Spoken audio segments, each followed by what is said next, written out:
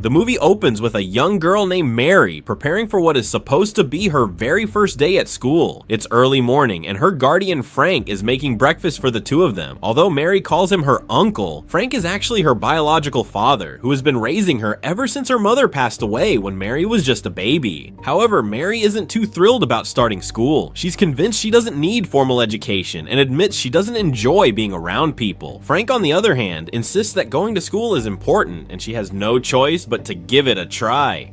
Eventually, Mary boards the school bus and arrives in class, where a friendly math teacher named Bonnie is leading a simple arithmetic lesson. The topic is basic addition and subtraction, something that seems far too easy for Mary. Clearly bored, Mary interrupts the class without raising her hand, prompting Bonnie to politely remind her of the classroom rules. Trying to keep things on track, Bonnie decides to challenge Mary with a few tougher math problems. To everyone's surprise, Mary solves them effortlessly, despite being younger than the rest of the students. Curious, Bonnie throws in a much harder multiplication question involving large numbers. The rest of the class struggles, even with calculators, and Mary hesitates for a moment. Bonnie assumes she doesn't know the answer and moves on, until Mary suddenly blurts out the correct result. Stunned by Mary's advanced abilities, Bonnie is left momentarily speechless. By the time Bonnie checks the answer herself, she's stunned to find that Mary was absolutely right. Her mental calculation had outpaced even the students using calculators. Bonnie immediately realizes there's something extraordinary about this little girl. Meanwhile, the school's headmistress welcomes the new students to the school, but when she approaches Mary, she's taken aback by the girl's tone. Mary speaks with unexpected boldness and maturity, sounding more like a sarcastic teenager than a first grader.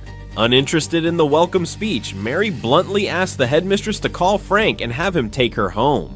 A short while later, Frank arrives to pick her up. When Bonnie sees him, she recognizes him from around town. She knows he frequents a local bar on Fridays and senses that he carries a weight of emotional pain. Later, Bonnie pays Frank a visit to talk things through. As they chat, they begin to understand each other a bit better. Frank apologizes for Mary's attitude, explaining that she was simply overwhelmed. It was her first day after all, but Bonnie gently steers the conversation away from discipline and focuses instead on something more important. She believes Mary is highly gifted. She tells Frank that Mary handled complex math problems well beyond her age level. Frank isn't surprised. He explains that Mary learned these advanced problem-solving techniques from old mathematical methods used during wartime, approaches that didn't require calculators. He mentions that he himself had mastered these methods when he was about 8 years old, hinting at the roots of Mary's talent. After the conversation, Frank takes Mary home. We also learn more about his life. He works as a boat mechanic at the local port. That evening, he talks to Mary about how she broke their agreement. She had promised not to show off her intelligence at school. Wanting to protect her from unwanted attention, they renew their deal. Mary will try to blend in and keep her abilities under the radar for now. Frank wants Mary to be treated like any other child, not as some prodigy, but simply as a kid. That's why he insists she keep her abilities to herself. Mary understands and quietly apologizes to him. Later that day, the two spend some quality time together out at sea, sailing on Frank's boat. While Frank works, Mary plays along the beach with her beloved cat, enjoying a brief escape from the pressures of school and expectations. As days pass, Mary continues attending school, slowly trying to adjust and connect with her classmates. Eventually, it's exam day. Bonnie hands out the test papers, but just moments after receiving hers, Mary confidently announces that she's already finished. Bonnie barely reacts. She's starting to expect this level of performance from her.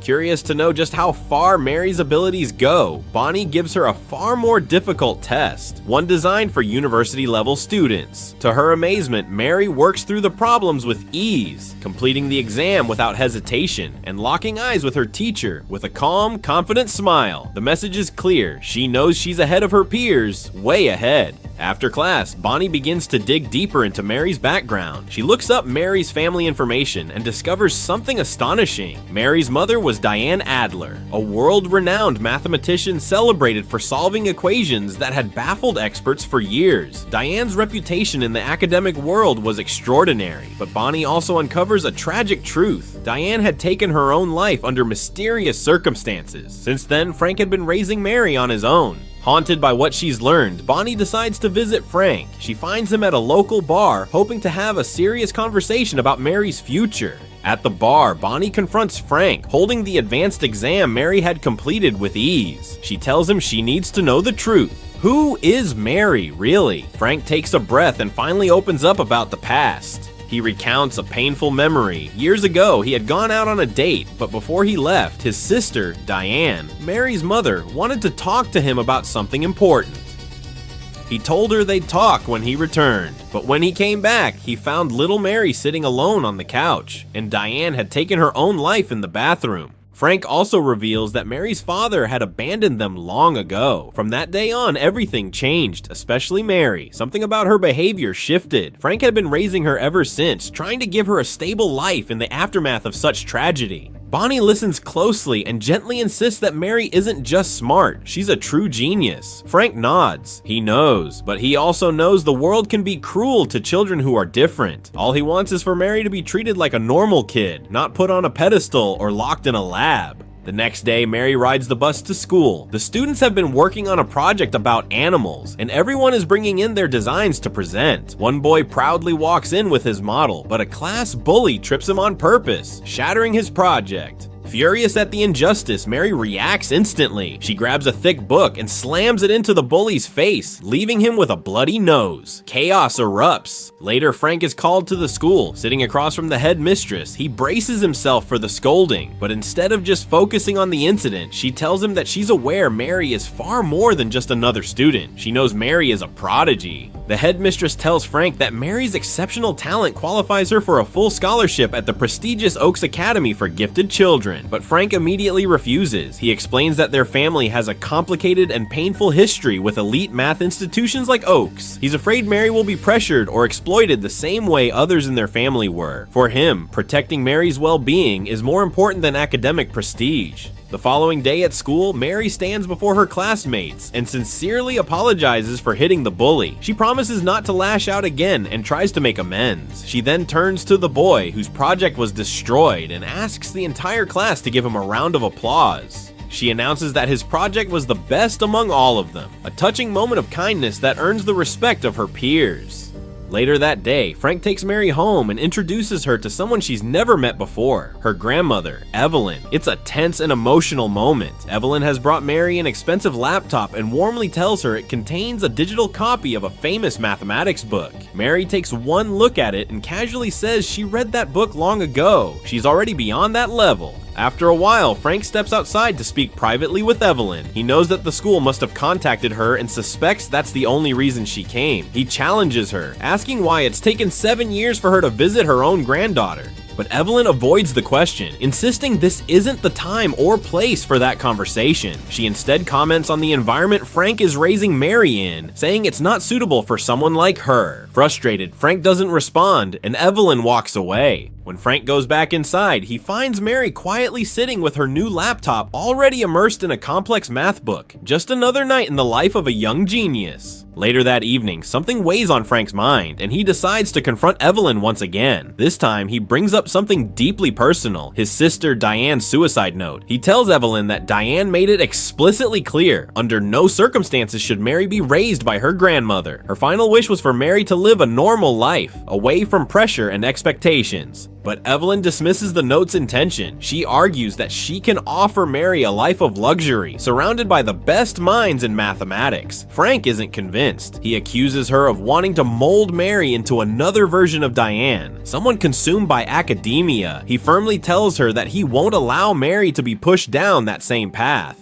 Evelyn grows frustrated. She warns Frank that if he doesn't reconsider what's best for Mary, she'll take legal action to gain custody of her. The tension between them reaches a breaking point. Days later, Frank notices that Mary has been spending all her time indoors, buried in math books. Concerned that she's becoming isolated, he insists she go outside for some fresh air and a break from studying. Though she resists, Frank forces her to go out. He's determined to keep her life balanced and grounded. But soon, Evelyn follows through on her threat. She officially files for custody of Mary, arguing in court that Frank's home is not a suitable environment for a gifted child. The judge decides to postpone the ruling until further investigation can be done, including an evaluation of Mary's living conditions. Worried about the outcome, Frank asks their kind neighbor Roberta to take care of Mary for the night. Roberta has always been close to them, like a mother figure to Mary, and treats her with genuine love and warmth. That night, Frank heads to a bar where he unexpectedly runs into Bonnie. She's heard about the custody battle and admits she's heartbroken to learn what's happening to Mary.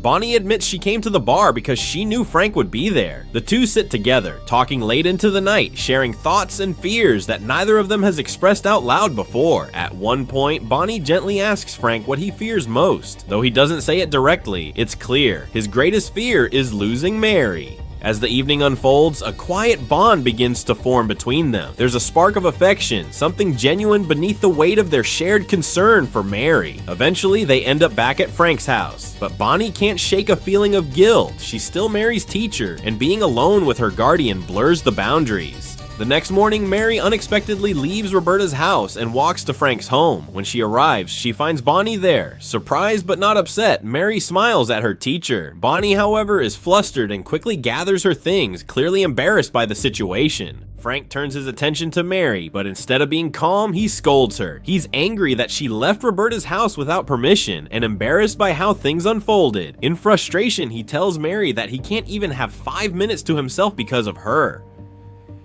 The words sting, and Mary, hurt and tearful, runs to her room and shuts the door. Later, Frank realizes he overreacted. He goes to Mary and quietly apologizes, trying to mend the damage. Just then, a letter arrives from the court. The decision: Mary must spend 2 days in the custody of her grandmother, Evelyn. Reluctantly, Mary travels to Evelyn's home. While there, Evelyn shows her old photographs of her mother, Diane. It's a quiet, emotional moment, offering Mary a glimpse into her mother's past. Meanwhile, Bonnie approaches Frank again. Troubled by what happened between them, she confesses that she's worried she might lose her job for getting personally involved with the student's guardian. The next day, Evelyn takes Mary to a nearby university, a place filled with prestige and academic history. As they walk through the halls, Evelyn brings her to a wall of honor. It's a special tribute to the brilliant minds who've tackled the 7 most difficult mathematical problems in human history. 6 of the frames are still blank, only one bears a name. Evelyn points to the frame problem titled Navier-Stokes, and beneath it is the name of Mary's mother, Diane Adler. She explains that Diane was on the verge of solving the equation before she died. Had she succeeded, she likely would have been awarded a Nobel Prize, not just in mathematics, but possibly even in physics. Mary takes it all in, and without hesitation, she tells her grandmother that one day her own picture will hang on that wall. Evelyn, determined to prove Mary's potential, brings her to meet a professional mathematician and asks him to test her with an advanced problem. But the setting is formal, and the pressure weighs heavily on Mary. She struggles and can't find the solution. Frustrated, Evelyn scolds the mathematician, blaming him for rushing Mary and making her nervous. They step away. As they walk, Mary suddenly stops and tells Evelyn there's a mistake in the equation itself. Intrigued, Evelyn returns to the mathematician, and with more time and focus, Mary begins correcting the equation. Before long, she not only finds the flaw, but also successfully solves the problem. Both Evelyn and the mathematician are stunned. Mary's brilliance is undeniable. Once the court-ordered stay is over, Mary returns home. Frank greets her warmly, relieved to have her back. And in a touching moment, Mary tells him something unexpected. She says that she genuinely loves her grandmother. Although Mary admits she loves her grandmother, she also says she doesn't want to live with her. Evelyn is too controlling. Frank gently reassures her that no matter what happens, he'll never leave her side. The next day, the custody hearing resumes. Evelyn makes a surprising move. She brings in Mary's biological father as a witness. He's never been a part of Mary's life, not even once, but now he's present in court claiming legal rights as her guardian. However, Frank's lawyer quickly dismantles the claim. He presents clear evidence that the man has never met Mary, never contacted her, and has made no effort to be involved in her upbringing. The judge sees through the ploy, and the ruling comes down in Frank's favor. He retains custody of Mary. When Frank returns home, he gently tells Mary that her biological father was at court, but instead of being curious, Mary breaks down in tears. She's devastated, not because he showed up, but because he didn't even try to speak to her. He didn't care enough to meet her face to face. Wanting to lift her spirits, Frank takes Mary and Roberta to the hospital for a surprise. They sit in the waiting area for hours, not knowing why they're there. Frank doesn't explain, he just waits. Eventually, a family nearby celebrates the birth of a baby girl. There's laughter, hugs, and joyful tears as relatives gather to welcome the newborn. Watching it unfold, Mary's curiosity grows. Then Frank leans down and gently tells her, "This is what it looked like the day you were born." He wanted her to witness that joy, to know that her life began with love and celebration, even if things later became difficult. They spend the evening at the hospital, quietly watching families embrace their newest members. And for a while, Mary forgets the pain. She celebrates with them, smiling innocently, simply happy to be part of something beautiful. After several tense court sessions, Frank's lawyer approaches him with a difficult proposal. He suggests placing Mary in a care home where she could be adopted by a suitable family, one that could provide the stable, affluent environment the court seems to favor. Frank is taken aback and visibly anxious. The lawyer urges him to consider this option carefully, explaining that it might be the best way to satisfy both sides. He warns that, given Evelyn's wealth and influence, the judge could very well rule in her favor otherwise. If that happens, Mary might end up living with her grandmother anyway. This plan, the lawyer insists, gives Frank some control over Mary's future. Reluctantly, Frank agrees to explore the possibility. He meets with a respectable family interested in adopting Mary, and despite his heavy heart, he consents to placing her under their care. The trial then concludes without a clear victory for either party, leaving the custody decision ambiguous. That day, Frank takes Mary to her new home. Tears stream down her face as she begs him not to leave her alone. Frank promises that he'll visit her once a month, and that when she's older, she can decide where she wants to live. But Mary, overwhelmed and heartbroken, accuses him of breaking his promise to always be with her. She lashes out, hitting Frank as he holds her in a tight embrace. As he leaves, Mary screams in despair, convinced that he's abandoning her for good. Not long after, Bonnie arrives at Frank's house, sensing the turmoil unfolding around Mary and hoping to offer some support. While Frank works, Bonnie visits to offer some comfort. She listens patiently as Frank talks about Mary and his own difficult journey raising her. His sadness is palpable. Losing Mary to another family has deeply affected him. Overwhelmed by his emotions, Frank abruptly leaves Bonnie's side. The next day, Bonnie comes across a notice at the local animal shelter, a photo of Mary's cat up for adoption. Realizing something is wrong, she quickly sends the advertisement to Frank. Without hesitation, Frank leaves work and rushes to the shelter. There, he learns that the cat was surrendered by someone allergic to felines. Putting the pieces together, Frank suspects Evelyn is behind this. After all, she is allergic to cats. More disturbingly, it confirms that Mary is living with Evelyn now. Determined, Frank and Roberta visit Evelyn's house, where they find Mary. Frank gently asks Mary to come with him, but she refuses and runs out of the house. Before chasing after Mary, Frank leaves a notebook behind, one that belonged to Mary's mother. Inside, Evelyn discovers that Diane had actually solved the Navier-Stokes equation before her death, a revelation that shatters Evelyn's hope that Mary would be the one to solve it someday. Outside, Frank catches up to Mary and embraces her. Though she lashes out, hitting him in frustration for leaving her alone, Frank calmly apologizes, promising he won't ever abandon her again. Frank holds Mary close and promises her that he will never leave her again. Mary, still upset, sobs as she tells him how much she misses her cat. Frank gently reassures her the cat is safe with him.